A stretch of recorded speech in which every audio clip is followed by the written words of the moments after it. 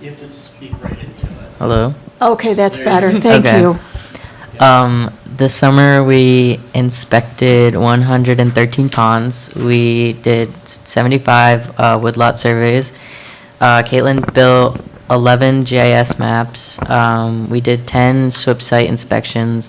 We did 9 sewer storm lateral inspections, and we did 8 downspout inspections. So for our pond inspections, we went to every pond that the town is responsible for and inspected that they were working as designed. There were 113 ponds total. This involved finding a utility map, inspecting using Survey 123, which is a program through Esri, taking pictures of the attributes of the pond, and writing a report for each pond. So this is an example of those things listed before. The photo in the top left is the outlet structure, so we had to find that from the drawing, which is on the top right, and that's how we find the inlet and the outlet. They're highlighted on the drawings. The bottom right is the overview of the pond, and then bottom left is what our reports look like with the information from each pond. And then sometimes we have to go behind houses for the ponds with easements, so this is how we locate the easements. They're on the as-built drawings, and we highlight them and bring them with us in case there are any questions as we're going to inspect the ponds. We also did woodlot surveying this summer. First, I mapped out potential woodlots that were 5 acres or more using Nearmap.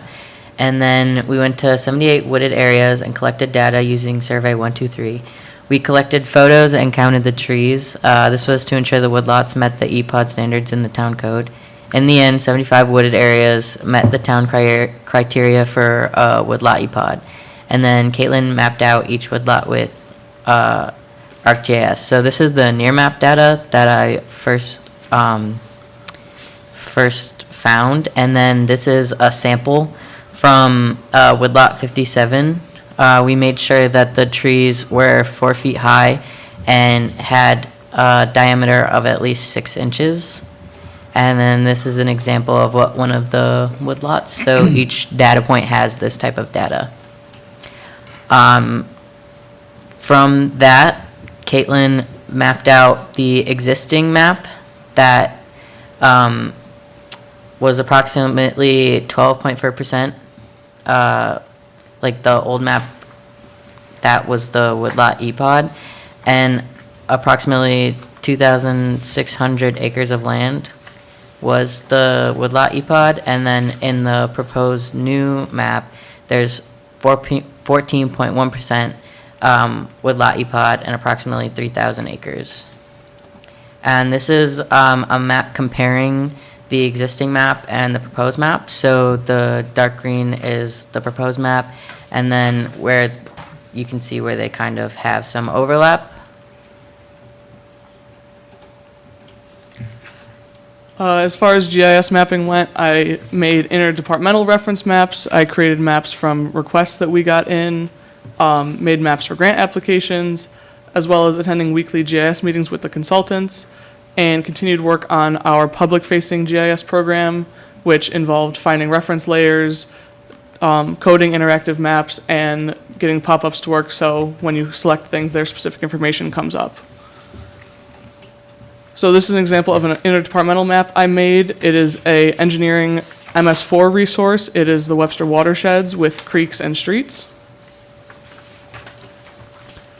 This was a map I made from a request from the Webster Central School District so that they could map out their late bus routes. So that is the school district boundary with streets. And then from that, they gave me a sketch back, and I digitized that and made this map that they have now laminated and posted in their schools for students to find their late bus runs. And this was an example of one that I made for a grant application. This is our Huck 12 watersheds, which is the hydrological unit code, which are different from the actual watersheds, and this was a requirement for one of the grants we applied for. We also did SWIP site inspections. We received in the beginning of the summer our 4-hour erosion and sediment control certificate. And at each of the 10 construction sites, we would look at their integrity to make sure they were compliant with New York State permits and the construction site's stormwater pollution prevention plan. Pollution can be anything from litter to water with sediments flowing into the surrounding streams. We would look for best management practices such as silt fence, silt socks, and water control equipment. We also conducted sewer stormwater lateral inspections at new construction sites. So we coordinated with the builders for a time to come out when they would be finished installing them. We arrive on site, use a level to determine that it's pitching away from the house and it's over 2%. We would capture pictures like the ones to the right, and then we would write reports, and that's an example of a report with the slope, pipe, and type of joint. We also did downspout inspections, which is the same process as the sewer storm lateral inspections, and this can be done before or after the full house is built. And the reports are slightly different, and so the picture above is of one before the house is built, and the picture below is after the house is built. Some of my highlights were I enjoyed learning about the government and construction side of environmental science. This job introduced me to new career paths such as wetland delineation and environmental roles in government. My favorite assignment to work on was the pond inspections and the woodlot surveys. And my favorite experience was holding the frog with one eye while we were doing pond inspections.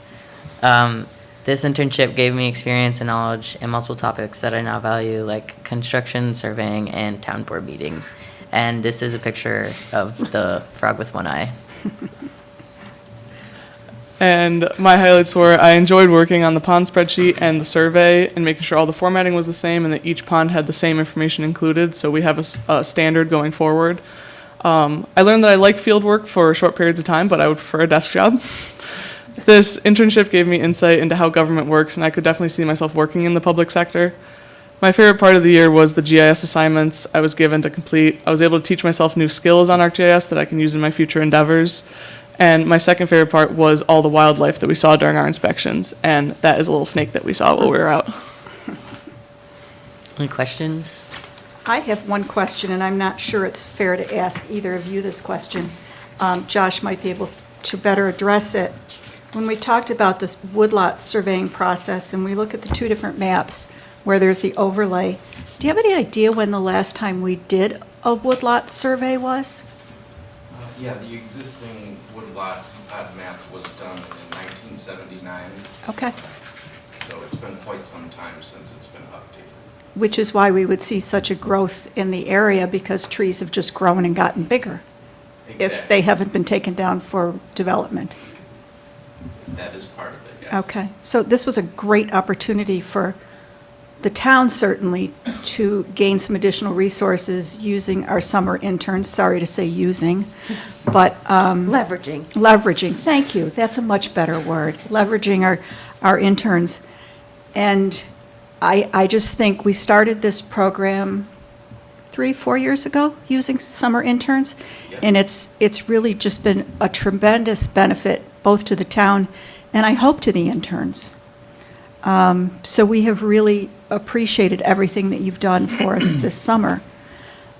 What are your plans now? James, I'll go to you first. On Monday, I'm going back to Brockport to finish my last semester of college, so I'm very excited for that. And what is your degree program? Environmental science, Wonderful. and with a concentration in wildlife and terrestrial ecology. Great. Caitlin? I'm staying with the town part-time through November, and the other part-time where I'm not here, I'm going to be an assistant coach at Buffalo State coaching softball. Fantastic. Wow, nice. Nice. That is great. So will this become the new official EPOD map? Yes, we will be bringing this before the board for their consideration to adopt the new map, and we will also have to adjust some of the text of our code associated with the regulations, but yes, we look forward to bringing this before the board in the near future. Excellent, thank you. Yeah. Thank you for all your hard work. Lots of good stuff. The other thing I really like is I think through experience, we often find what we dislike as well as like, and that's an important learning experience as well. Thank you, you both, Yes. for your experience. Thank and the you. work. And best of luck to you. Thank you. Anything else? You and Jennifer took my thunder. I was going to talk about the EPADS. And I greatly appreciate all the work that you've done and will continue to do when you come back till November.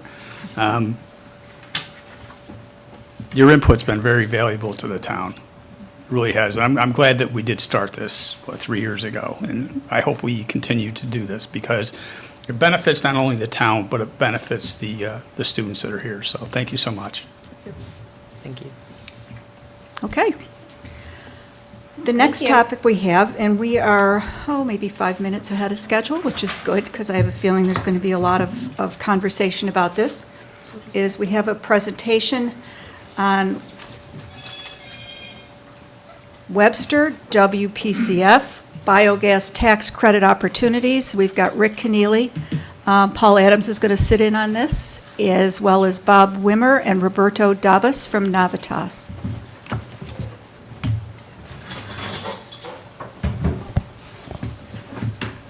Thank you. I didn't realize when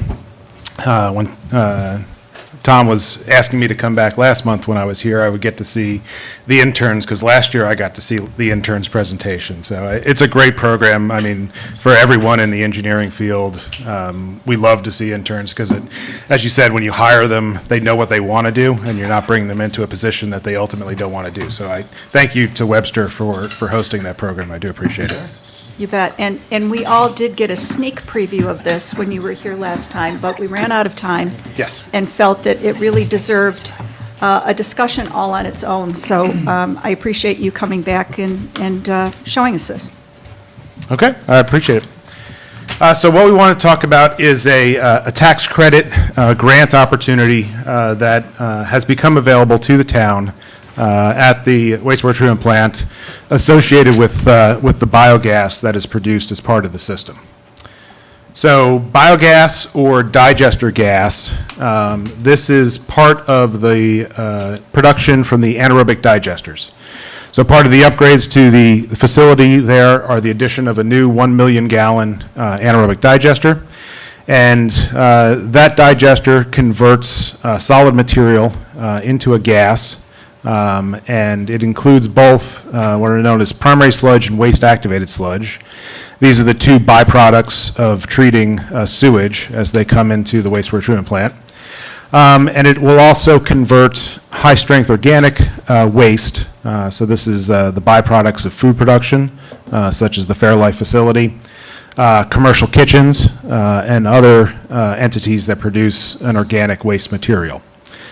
Digester gas is primarily energy. It's 60 to 70% methane or natural gas. It includes a fair bit of water vapor. The digester gas is saturated with water. And the remaining components are primarily carbon dioxide, so about 30 to 40% carbon dioxide. So historically, the digester gas was just burned off or vented to the atmosphere. The upgrades to the facility do two things for it. The first is going into the digester boilers. These are commercial boilers that convert the digester gas into heat, and that heat is utilized to heat the digesters, which keeps the biological process going. And that boiler also heats all of the digester building, so all of the building heat is provided by this boiler. So one of the benefits of this project was this reduced the natural gas purchase for the wastewater treatment plant. So this is about 47% of the average production. Any excess gas production is combusted in the flare, which is in the bottom right picture. So this is both a regulatory and a safety component to the project. And the remaining gas is safely combusted and destroyed in that flare to meet the regulations. But that 53% of the produced gas basically has no financial benefit, so it's just destroyed. So the question comes up is, is this a potential asset that Webster can do something with? For instance, it can be utilized to reduce utility expenses or potentially create a revenue source, and I'll go into detail on that in a little bit. It can be utilized as a marketing tool, such as the way the dried product building was done for bringing potential industry into the Xerox property. And most importantly, is this digester gas now provides a potential funding source via a tax credit or grant program that the federal government is now operating.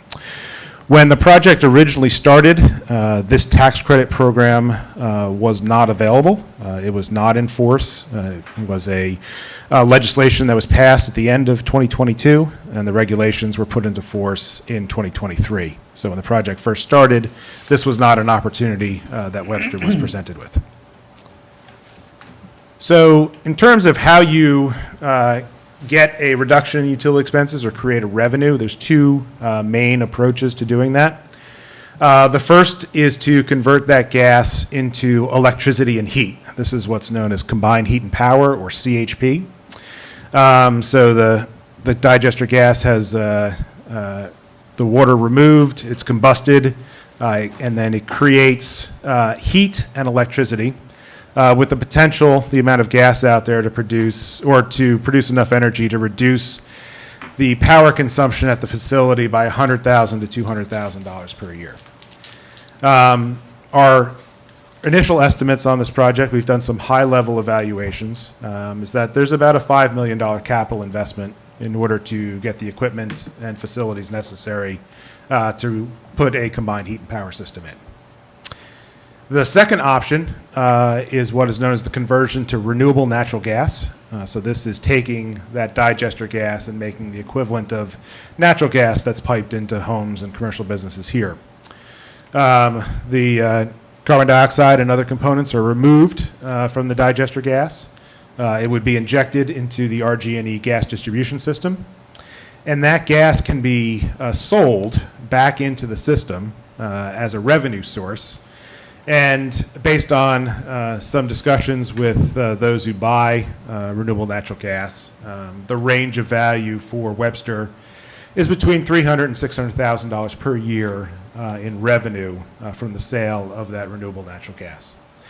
This is a more capital-intensive system because of the way the technology is implemented. So our initial high-level estimates are that this is about a $9 million capital investment. So looking at this just as an example, this is a renewable natural gas cleaning system. These are containerized systems that utilize a series of membranes to remove the carbon dioxide and then produce natural gas at the end of the day.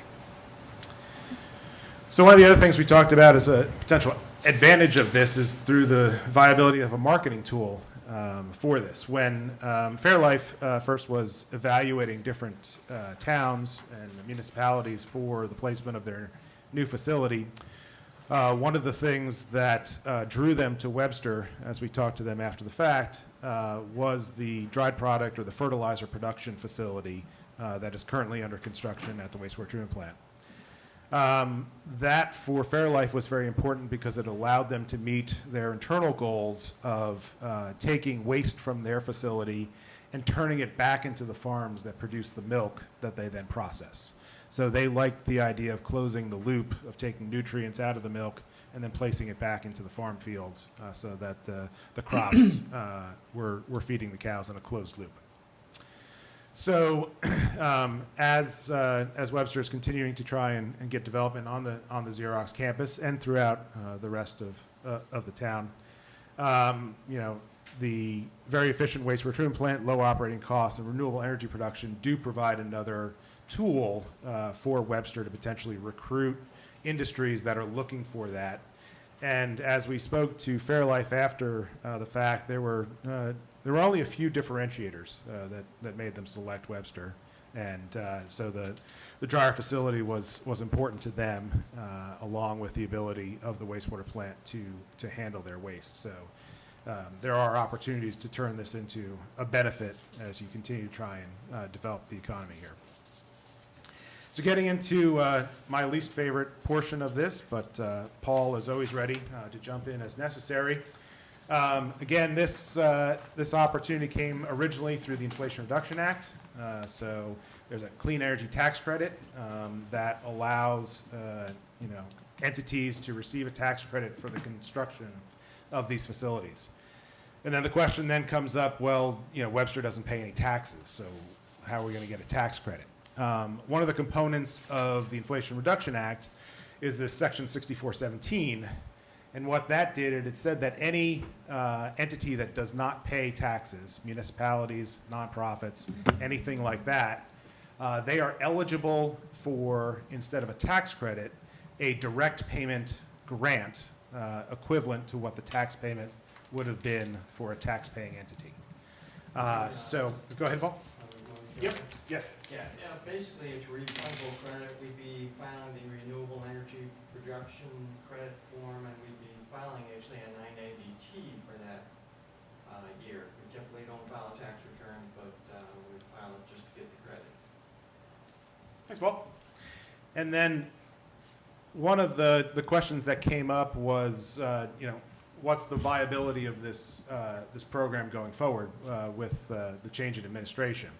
So the recently passed One Big Beautiful Bill, which addressed a lot of the tax credits that were out there, preserved this specific tax credit and also enhanced some other components of this tax credit.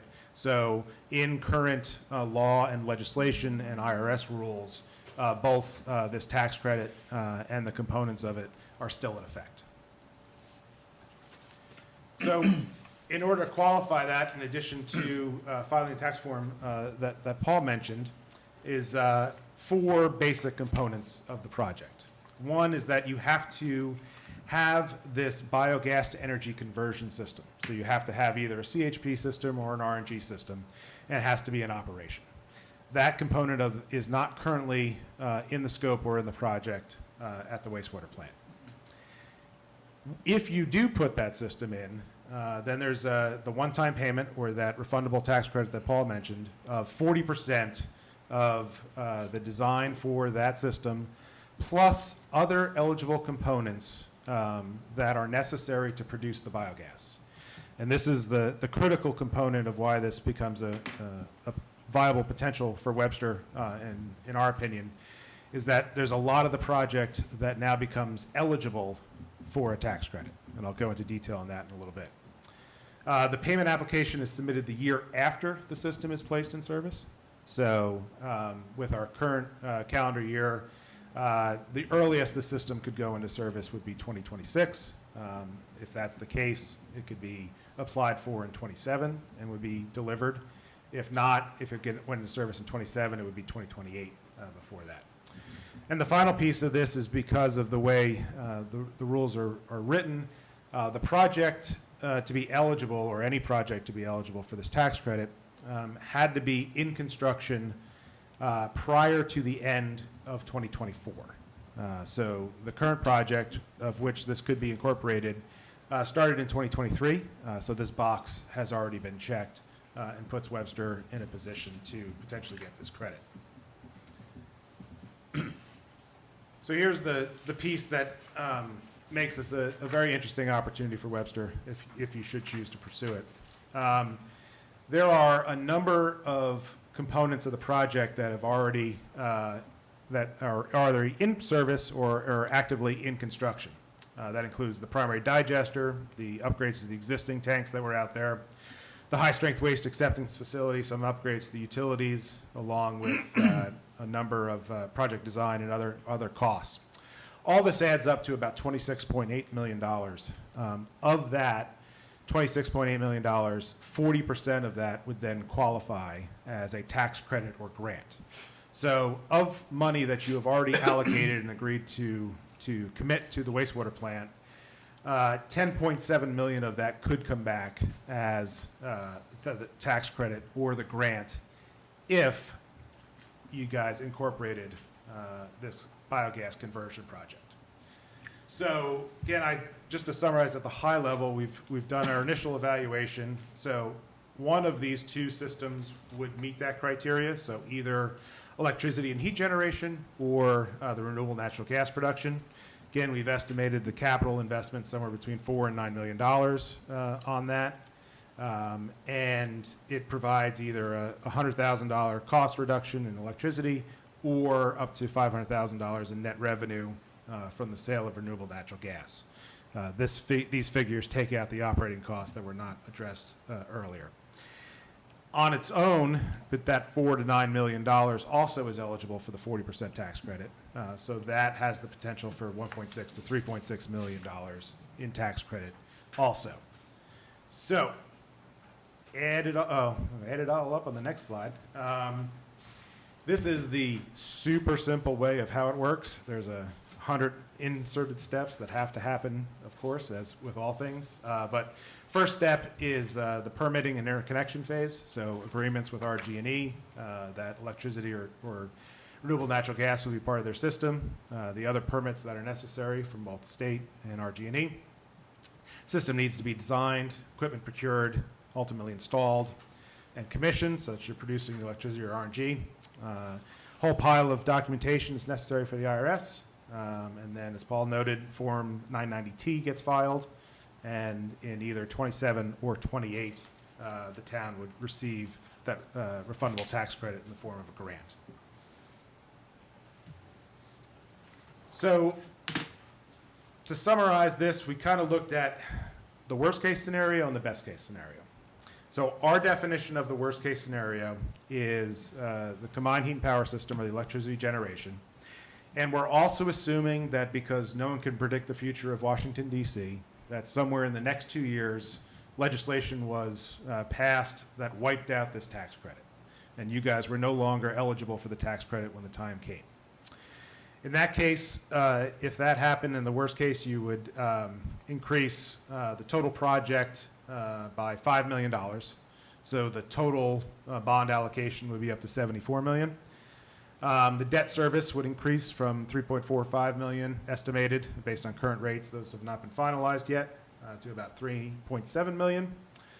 The annual operations and savings you get from that system are about $100,000. So at the end, you'd end up increasing the annual debt service plus operations by $150,000. So again, worst case, not the greatest of deals. Best case scenario. 50 a year. Yes. Yep. Best case scenario, the renewable natural gas system, which, and assuming that no changes happen in the legislation and the legislation and rules as written today are maintained in 2027, 2028. In that case, there'd be an overall reduction in the amount of bond allocation or bond purchases that Webster has to do by about $5.3 million. The annual debt service would decrease to $3.19 million. And the annual budget, debt service plus operations, would decrease by $760,000 per year to $2.69 million.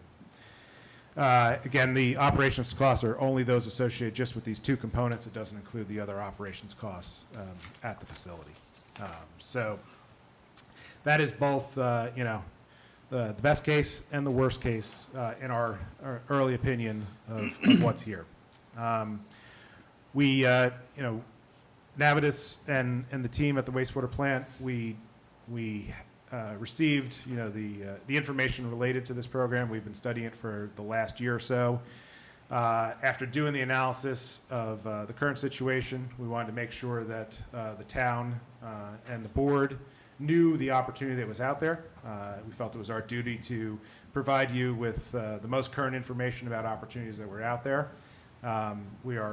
We're not here to make a recommendation or anything like that, but just merely wanted to make sure that you guys knew what that opportunity was. And with that, I'm very happy to answer any questions that the board may have. Before we get into questions, and I'm sure that there are going to be several, first of all, my head hurts. Okay. This is a lot to digest. And I want to thank you for explaining, and I just want to reiterate that you are presenting this as an opportunity, something that we could take a look at. It's not something that we're recommending. It's something that you brought both to the supervisor and myself as liaison to the sewer department a few weeks ago. And we have always just looked at this as, all right, let's get some education out there and try to let everybody know where this opportunity lies and to make an educated guess, perhaps, at what the future holds. One of the questions that I did have was,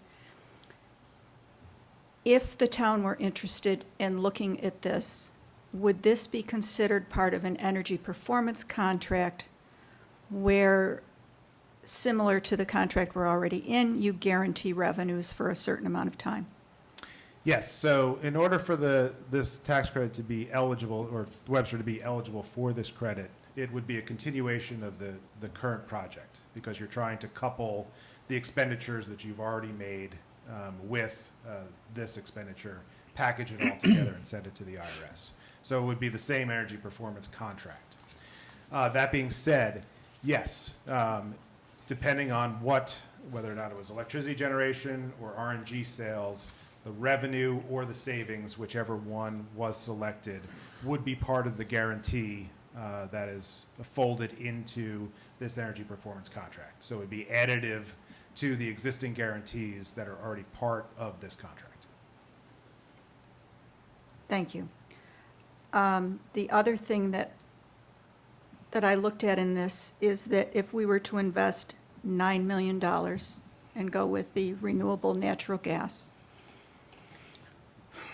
with what we're looking at in possible tax credit for not only that project, but for portions of the project that were already in place, we could possibly get a tax credit of $14.2 million, That's correct. so that the additional 5.2 could reduce the debt that we've already looked at for the project of Phase 2. Yes, so the Phase 2 project, with the $20 million grant that you've already received from New York, is currently bonded at about $69 million and change.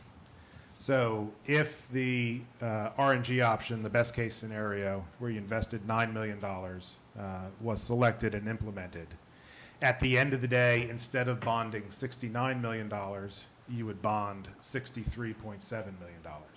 So there'd be a reduction of $5.3 million in total bond indebtedness. Yeah, depending on the timing of it, we would either borrow less or borrow a higher amount, but use those tax credit dollars to pay down principal and interest over a period of time. We may get caught because you can only do a bond anticipation note for 5 years, and the last year would be 2027. So we might be in a position where we'd have to take it to a serial bond, and we wouldn't get the credit until 2028, but we could set that money aside and the debt service fund and use that to make principal and interest payments. So it would be the same net effect. Thank I you. would also point out that if the town decides to proceed with this, we would be hiring a firm or firms to confirm that those components actually qualify in conjunction with the Internal Revenue Code, because that's a risk. We could say, yeah, we think this qualifies, but we need an expert opinion on that to give us assurance before we proceed. Thank you, I appreciate that. I have one other question, and then certainly I want everyone else to ask theirs. If we were to go with the $5 million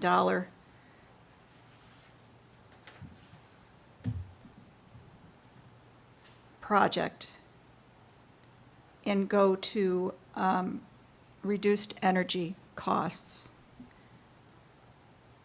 then that which is already in place would not, of the project, would not be eligible for No, the it grant? would also be eligible. It would, It would, okay. Yes. So the components of the project that are already under contract would be eligible for a tax credit in either scenario.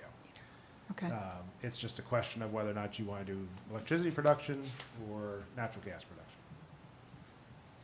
thank you. Yep. John?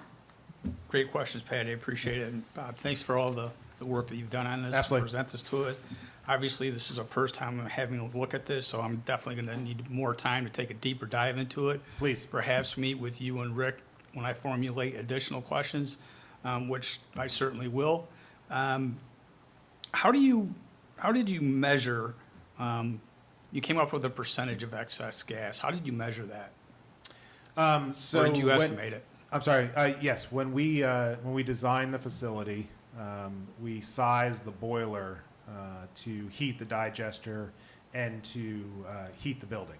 So we know how much gas is going to be consumed by that boiler for those two needs.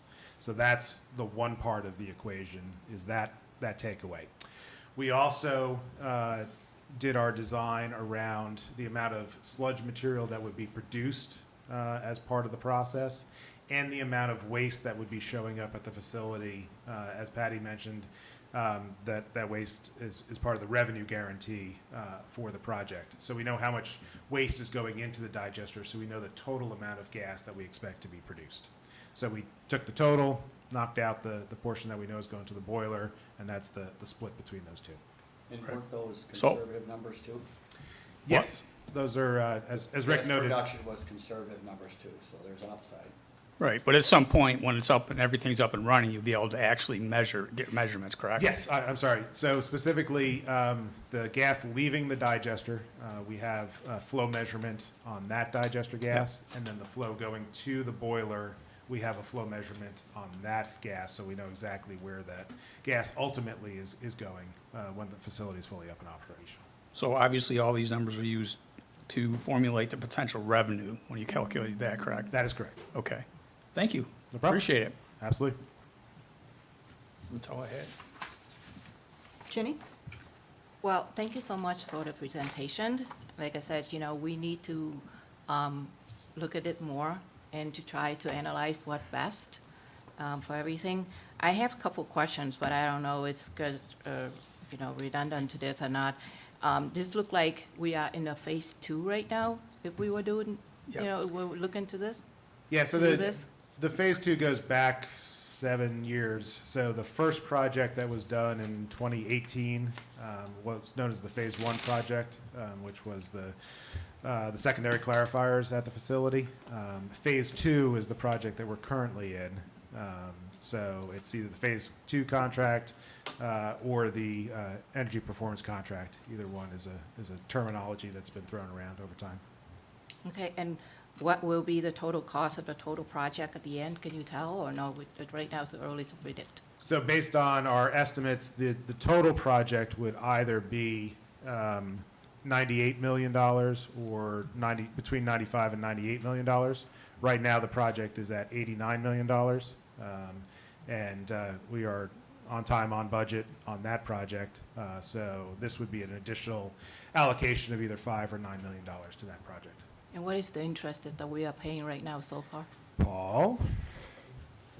The bond resolution would have to be amended. I think she asked what our interest rate was. What's the current interest rate? Our current interest rate. Well, on the short-term band borrowing, we got a net interest rate of 2.66. On a bond, I think it would be a little higher, so I think probably around 3%. And how many millions does the town have right now in the reserve fund? And will that, when we use those money toward this project? Pardon? How many millions? Reserve. Do- yeah, and, The sewer capital reserve? Yes. There's approximately 2.4 million in the capital reserve. And there are additional surplus funds of about 4 million in the sewer fund. And then the second part of the question was, could any of that be applied to the cost of this? Well, it could be, sure. Could be. Thank you. It could be, but that would be risky because you'd be depleting all of those funds and not have the funds in case of emergency, which we have several brewing out there. Excellent point. Bosberg Pump Station being one of them. There's a lot of puts and takes to this. Absolutely. My question is, what would it cost? Paul, you mentioned we would need to hire a firm or multiple firms to determine if this project would even qualify for this grant, what would the cost be just to determine if if we would qualify? Well, I think Navitas recommended a firm called Concord, and they did give us a price. Was it around 30,000? Yeah, it was between $25,000 and $30,000. Yeah. And that price has been factored into this budget. I see. And I Okay. would actually like to hire a second firm, actually talk to Creed Maxick, to just confirm what Concord's coming up with, and then to also help with filing of the tax return to get the credits. So maybe an additional cost as well. And I think you've already had, I'm sorry, Paul, you've had some preliminary discussions with them to determine whether this was even something that we should entertain the possibility of. Correct. I wanna- But they haven't given us a formal opinion. Yeah, we need assurance. Yes, exactly. What we think is going to qualify, actually qualifies. I do have another question. We're looking at the cost of building it. Do we have any idea what the annual cost of maintaining this process would be and how we apply that against our potential benefit? Yeah, these numbers, the annual operation savings or revenues factor in the operating and maintenance costs of the facility. They do? So, Okay. yes. Thank you. So, all great questions. And I don't know if this is feasible or not, but would we have the ability to have one of these two firms actually do the groundwork to say, yes, you would qualify, no, you wouldn't, prior to giving a commitment to, this is a significant amount of money. Yes. On top of what we have already invested. So, you know, it's kind of a gamble, right? A significant gamble. It's a big one. So if we could have, but what you're saying is it is possible to recruit or hire, whatever these two firms are, to give us that analysis with obviously no guarantee. They may say yes, we still may not get the grant though, but we're on a better foothold as far as I'm concerned if we were to go that route to make a more educated guess. Yes, both firms determination. will offer what's called a tax opinion letter. So that is a letter that you can take to a bond agency to support your bond allocation. But it's basically the opinion of someone who's qualified in the tax code as to whether or not the interpretation is appropriate. It is, as with all things, it has a cost. As Paul said, it's somewhere between $25,000 and $30,000 for that. But they are more than willing to do that.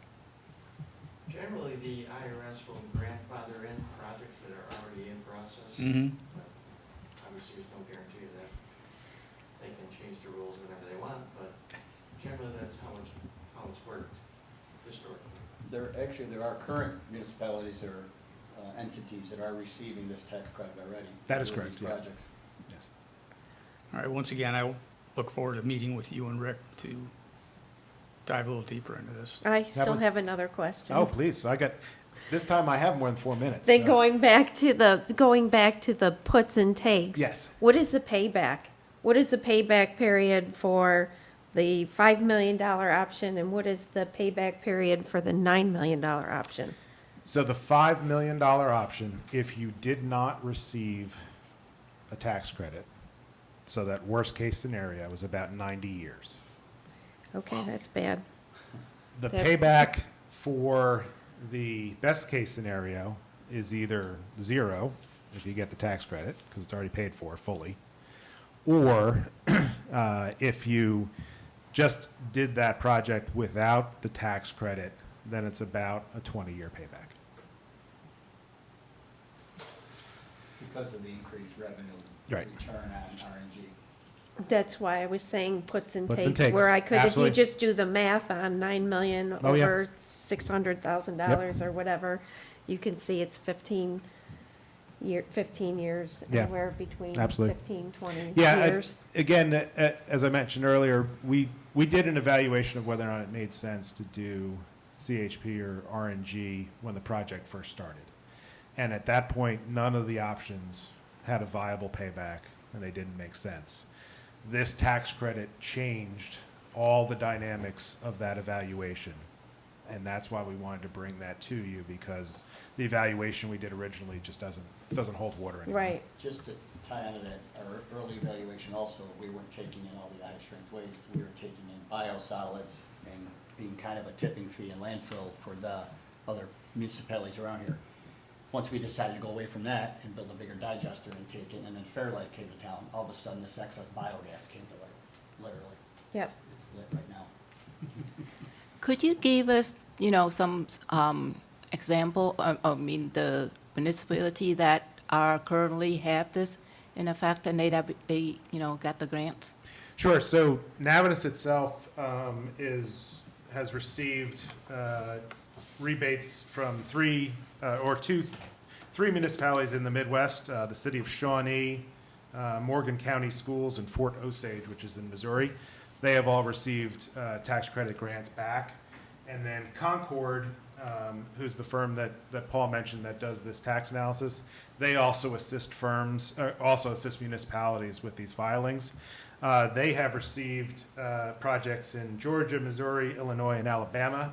However, due to their non-disclosure agreements they have with those entities, I'm not able to share the specific names of those places.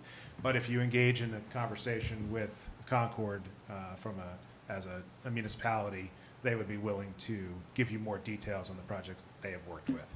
So that's 7 entities that I know of in the U.S., and there are many more. Okay, because you know that New York is a little bit complicated, so. Oh, I know New York is complicated.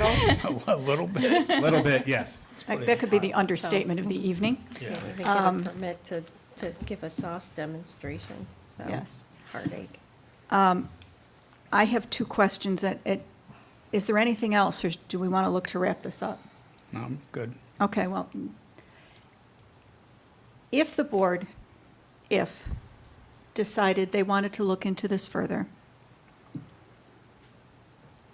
talk to me about the timing that would have to happen as far as our deadlines of when the construction has to be continuous Yep. and when it has to be completed and part of the phase 2 project. Yeah, so if the board elected to move forward, construction would have to initiate on this component of the project before the end of July 2026, so next year. Okay?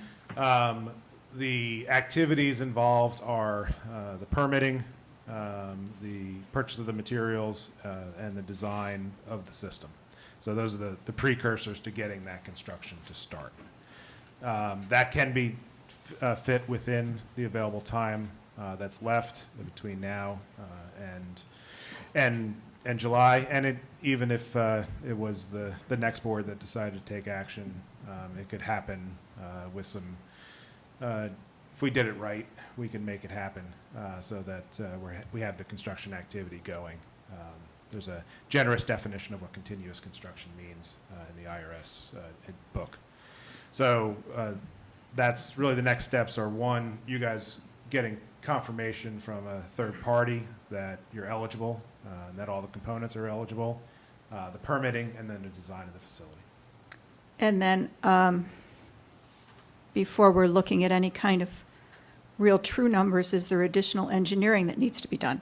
Yes, there's additional engineering that needs to be done for 2 things. One is the permit applications have a certain level of engineering that is required so that you can demonstrate to the utility that you are protecting their systems as you interconnect with them.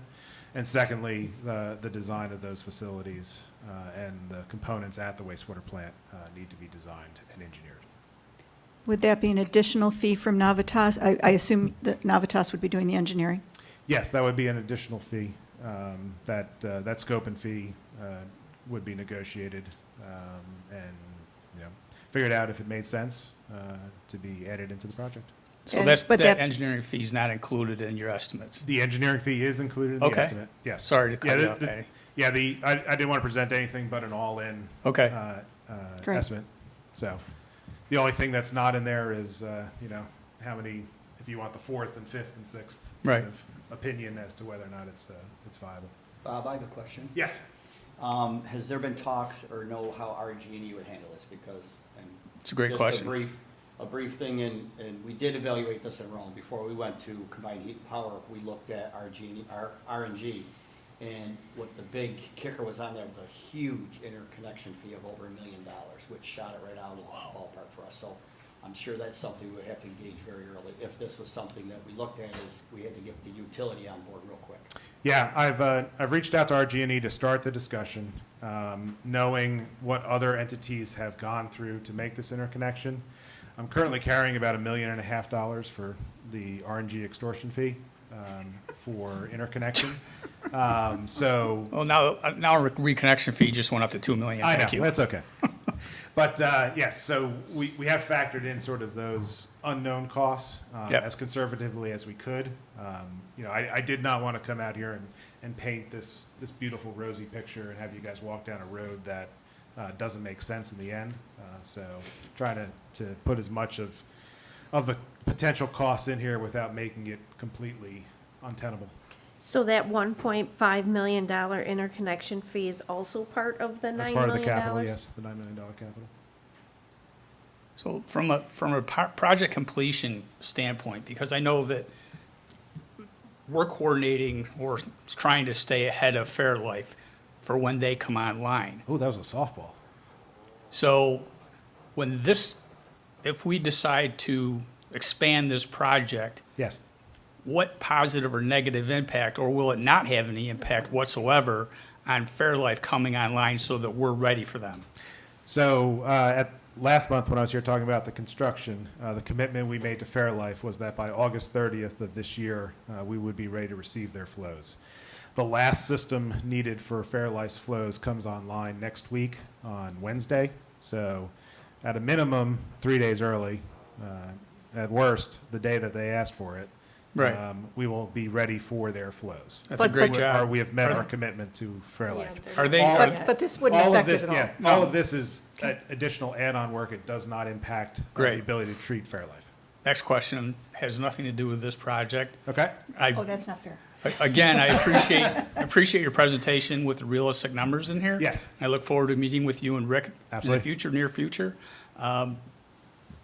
We're going to be ready to receive effluent from Fairlife ahead of schedule or on schedule. Yes. Correct, right? 100%. Do you know what the latest update as to, will they be sending it when we're ready? Do you know?